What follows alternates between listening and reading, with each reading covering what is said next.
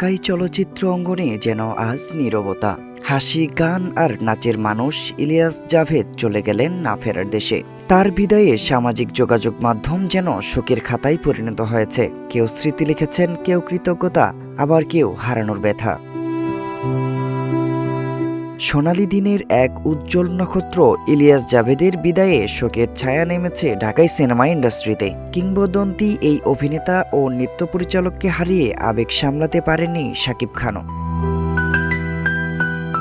নিজের verified Facebook পেজে Dhallywood superstar Shakib Khan লিখেছেন, চলে গেলেন চলচ্চিত্র কিংবদন্তি অভিনেতা ও নৃত্য পরিচালক শ্রদ্ধেয় ইলিয়াস জাভেদ। শুধু একজন শিল্পী নয়, বরং একজন অভিভাবক তুল্য মানুষকে হারানোর কথাই বেশি করে উঠে এসেছে তার লেখায়। কথাগুলো পড়লেই বোঝা যায় সম্পর্কটা ছিল ক্যামেরার বাইরে আরও গভীর।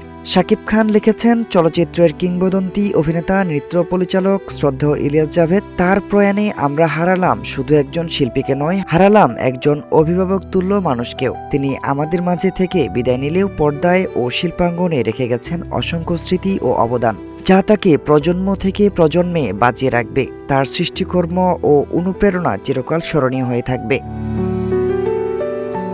ইলিয়াস জাভেদ শুধু নায়কই নন, তিনি ছিলেন নাচের গুরু, সিনেমার স্কুল। 1964 সালে উর্দু ছবি নেই জিন্দেগি দিয়ে যাত্রা শুরু করেন, আর পায়েল সিনেমার পরেই দর্শকের মনে পাকাপোক্ত জায়গা করে নেন। শাবানার সঙ্গে সেই পর্দার রসায়ন এখনও অনেকের স্মৃতিতে টাটকা।